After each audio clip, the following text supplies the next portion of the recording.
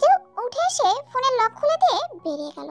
যেতে যেতে বলে গেল, রেডি হয়ে নাও, আমরা বেরোবো। তে এখনো চুপচাপ বসে আছে, নিজেই বুঝতে পারছে না তার ভিতরের অনুভূতিটা আসলে কি। অবাক হয়েছে নাকি খুশি? দুজনেই নদীর পাড়ে দাঁড়িয়ে আছে। এটা সেই জায়গা যেখানে জাঙ্কুক সেন্সলেস হয়ে গেছিল। আজও এমন কিছু প্ল্যান করেছে নাকি সে? তে জাঙ্কুকের দিকে আর চোখে তাকাচ্ছে, আর জাঙ্কুক তার দিকে স্থির দৃষ্টিতে তাকিয়ে আছে। ব্যাপারটা রহস্যজনক। কি ব্যাপার, এভাবে তাকিয়ে আছেন কেন? নদীতে ফেলে ঠেলে দেওয়ার প্ল্যান করছেন না তো? হোয়াট ননসেন্স, নদীতে ফেলবো কেন? যেভাবে তাকিয়ে আছেন সন্দেহ তো লাগবে। এমন তো না যে আমাকে দেখে আপনি মিনিট 10-12 বার ক্রাশ খাচ্ছেন। আমি তো আবার ক্রাশ খাওয়া টাইপ না। তো তাকিয়ে কেন আছেন? তোমাকে শাড়ি কে পরতে বলেছে? কেন, কোথাও কিছু দেখা যাচ্ছে নাকি? I mean everything alright? Relax, তোমার সব ঠিক আছে, বাট আমার সব বেঠি হয়ে গেছে। মানে? হাত বেরিয়ে আসতে চাইছে। আসলে কি বলো তো তে, তোমাকে যতটা ছোট লাগে তুমি ততটাও না। তা তুমি শাড়ি পরা অবস্থায় দেখলেই বোঝা যায়। জাঙ্কুকের তাকানো আর কথাই অবাক হলো নাকি অস্বস্তি ফিল করলো ঠিক বুঝে উঠতে পারছে না তে। তাই ভ্রুকুচকে আগের মতোই জাঙ্কুকের মুখের দিকে স্থির দৃষ্টি নিক্ষেপ করে দাঁড়িয়ে রইল। তোমাকে গোলুমোলু পুচকি টাইপের বেশি ভালো লাগে, এসব শাড়ি পরো না। কেন, খারাপ লাগছে দেখতে? তুমি আসলে একটা হাদা, আমার কথা যে একটা তোমার মাথায় ঢুকে নেই সে বেশ বুঝতে পারছি। বলেই তের গাল টেনে দিল জাঙ্কুক। তাহলে বুঝিয়ে বললেই তো হয়। বুঝিয়ে বলবো? ওকে বোঝাচ্ছি।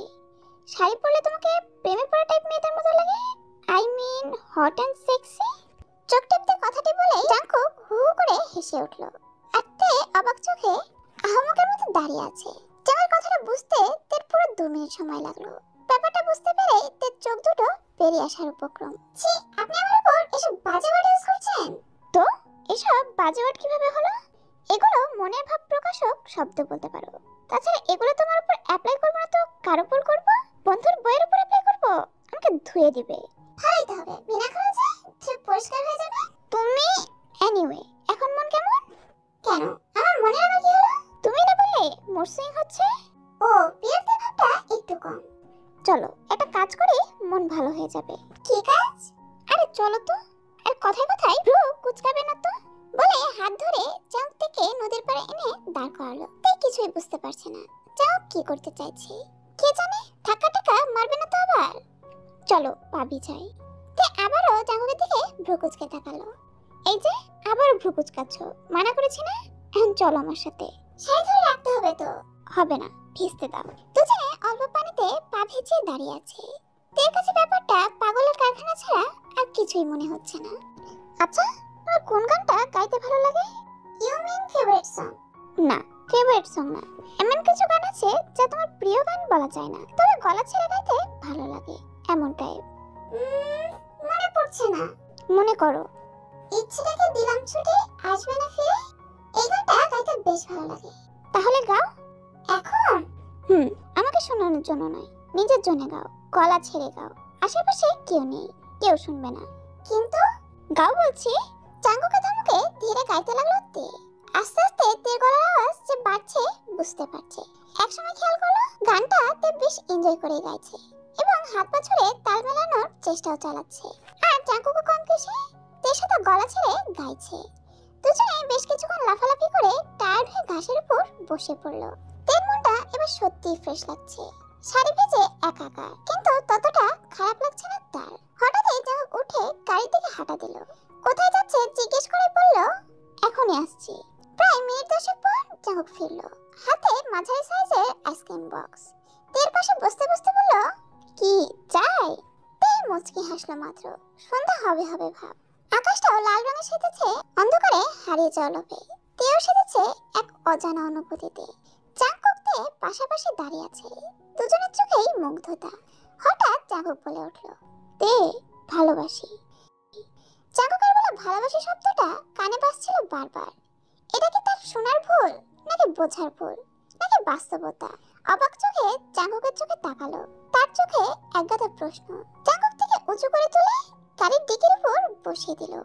স্থির দৃষ্টিতে তাকিয়ে বলে উঠল, দ্বিতীয়বার ভালোবাসা যায় এটা তোমার থেকে শিখেছি তে। দ্বিতীয়বারও বাঁচার স্বপ্ন দেখা যায়। তোমাদের দুজনের মধ্যে কাকে বেশি ভালোবাসি এটা জিজ্ঞেস করো না, উত্তরটা আমার নিজেরই অজানা। আসলে উত্তরটা ওখানে খুঁজতেই যায়নি। উত্তরটা কি খুব জরুরিতে? তে মাথা নেড়ে জানলো, না, উত্তরটি জরুরি নয়। জরুরি হলো জাঙ্কুক তাকে ভালোবাসে। রোজকে ভুলতে বলার সে কে? আসলে জাঙ্কুক রোজকে ভুলে যায়নি। এই ব্যাপারটাই থেকে তার প্রতি আরো বেশি আসক্ত করে তুলেছে, শ্রদ্ধাবোধটা বাড়িয়ে দিয়েছে। সত্যি তো, এভাবে কি ভোলা যায়? ভালোবাসা কি ভুলে যাওয়ার জন্য? জাঙ্কুক রোজকে পুরোপুরি ভুলে তেকে মেনে নিলে তেই হয়তো মেনে নিতে পারতো না। মনের মধ্যে একটা বিষয় সারাক্ষণ নাড়া দিত তার। তার মানে কি এই নয় যে সে হারিয়ে গেলেও জাঙ্কুক একইভাবে ভুলে যাবে? জাঙ্কুকের প্রতি ভরসাটা তৈরি হতো না তার, তাই তে জাঙ্কুকের প্রতি কৃতজ্ঞ। জাঙ্কুক দীর্ঘশ্বাস ফেলে আবার বলতে শুরু করলো, রিওজিনের বিয়ে হয়ে যাওয়ার পর মিনহো যখন ভেঙে পড়েছিল, তখন রোজকে একটা কথা বলেছিল, ভালোবাসা মানুষটার চেয়ে ভালোবাসাটা বেশি দামি। রিওজিন তোমায় ছেড়ে দিয়েছে তার মানে এই নয় তুমি জীবনটাকে ছেড়ে দিবে।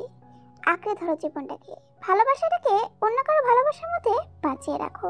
মানুষটা মরে গেলেও ভালোবাসাটা যেন না মরে, বেঁচে থাকে অন্য একজনের নিঃশ্বাসে প্রশ্বাসে।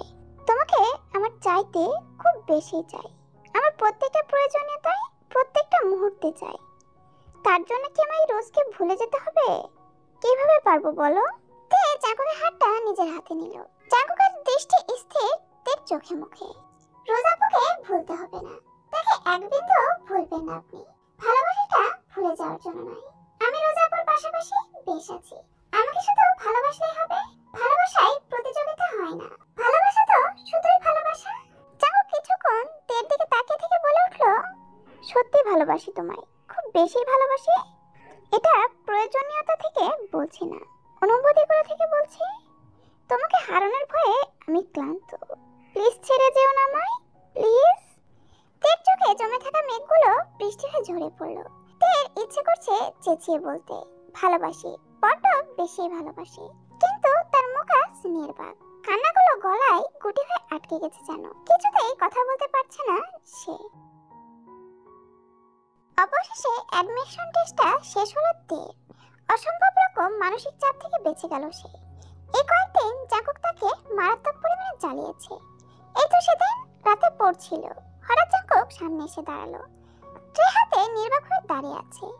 তের চোখ তুলে তাকাতে তার পাশে বসে পড়লো। গম্ভীর গলায় হুকুম ছাড়লো, হা করো।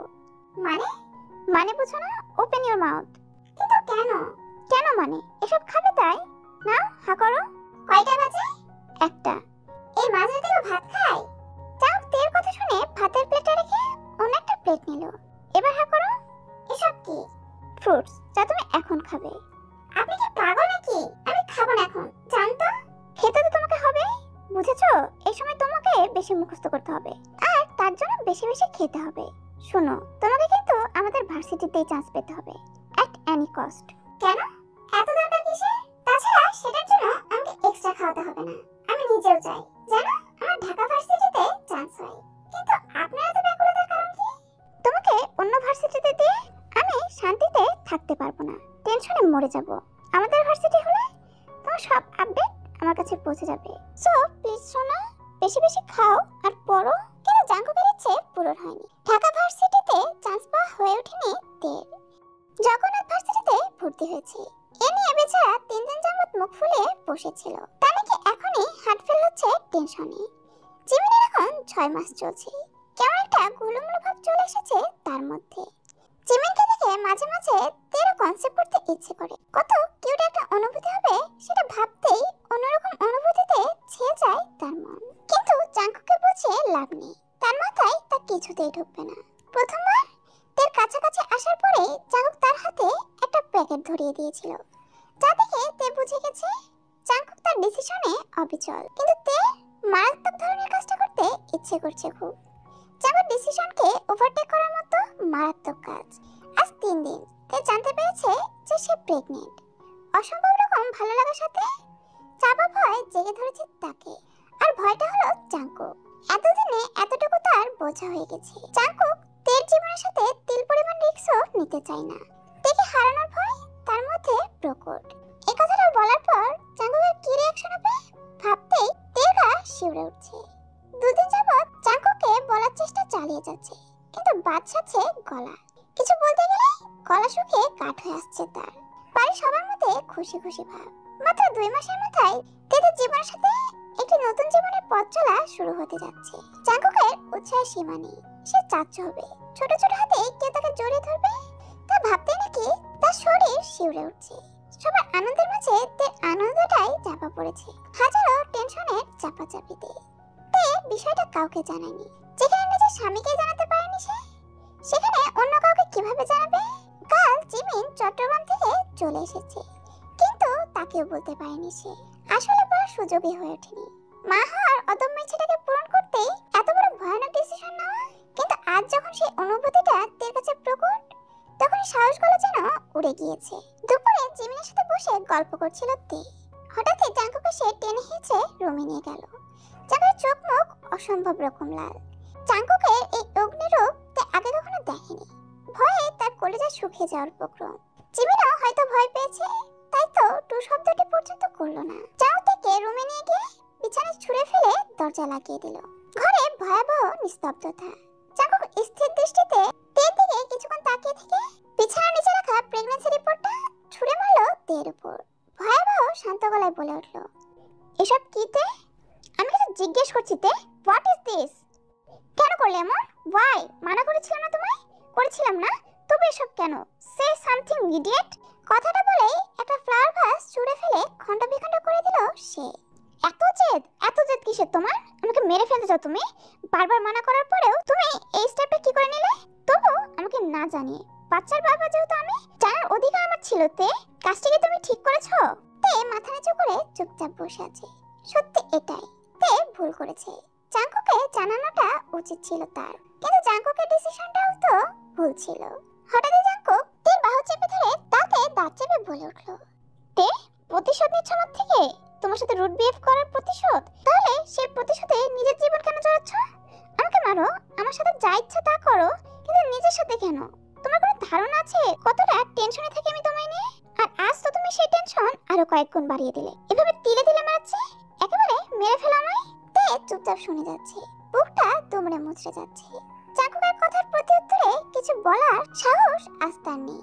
এতক্ষণে দরজার পাশে বাড়ির সবাই এসে দাঁড়িয়েছে। সবার কণ্ঠে উদ্বেগ স্পষ্ট, তার সাথে দরজা খোলার আকুতি। জাঙ্কুক যেন আরো ভরকে গেল। দরজার পাশে দাঁড়িয়ে চেঁচাতে লাগলো আর ক্রমাগত লাথি দিতে লাগলো। জাস্ট গো ফ্রম হিয়ার, যাও এখান থেকে, আমাদের মধ্যে আসার চেষ্টাও করবে না। Go to hell all of you. কথাটা বলেই পাশের সোফায় লাথি দিয়ে দিল। ভয়ে তে সরাসরি থরথর করে কাঁপছে, যেন শরীরের মধ্যে ভূমিকম্প বয়ে যাচ্ছে তার। জাঙ্কুক তেকে টেনে বিছানা থেকে নামে সোজা করে দাঁড় করালো। জাঙ্কুকের রাগ এখন আকাশচুম্বী। তের হাত দুটো শক্ত করে চেপে ধরে বলে উঠল, বাচ্চা বাচ্চা বাচ্চা, আমার থেকে তোর কাছে বাচ্চা বেশি বড় হয়ে গেল? কি আছে বাচ্চায় যে আমার এত অনুরোধ, এত আদেশও তার কাছে ব্যর্থ হলো? কি হলো, কথা বল। ভালোবাসি তোকে, আমার ভালোবাসাটা কেন বুঝিস না তুই? এত করে বললাম পারবো না তোকে হারাতে, মরে যাবো আমি, কিন্তু না, সেটা বোঝার ক্ষমতা তোর নেই। শুনে রাখ, আই জাস্ট ওয়ান্ট ইউ। শুধু তোকে চাই আমার, শুধু আর শুধুই তোকে। যে বাচ্চাটা এখনো আসেনি আমার জীবনে, তাকে তো চাই না, আর তোমার বিনিময়ে তো কখনোই না।